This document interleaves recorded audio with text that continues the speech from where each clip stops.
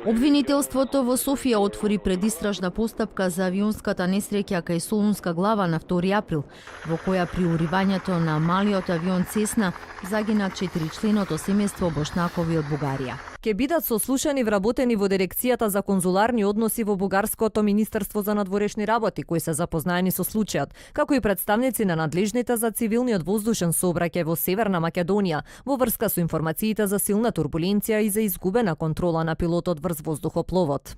Обвинителството, како што наведуваат оттаму, ќе побари информации за спроведените експертизи во Северна Македонија, а се разгледува и можноста за дополнително утврдување на евентуален дефект на авионот.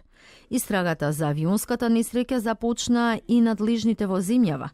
Формирана е комисија за истражување на несреќата во која покрај представници на Комитетот за истраги на воздухопловни несреќи и сериозни инциденти, ќе бидат ангажирани и надворешни експерти од доменот на цивилното воздухопловство. Во координација со властите во Софија, договорено е дел од комисијата да бидат вклучени и двајца бугарски истражители.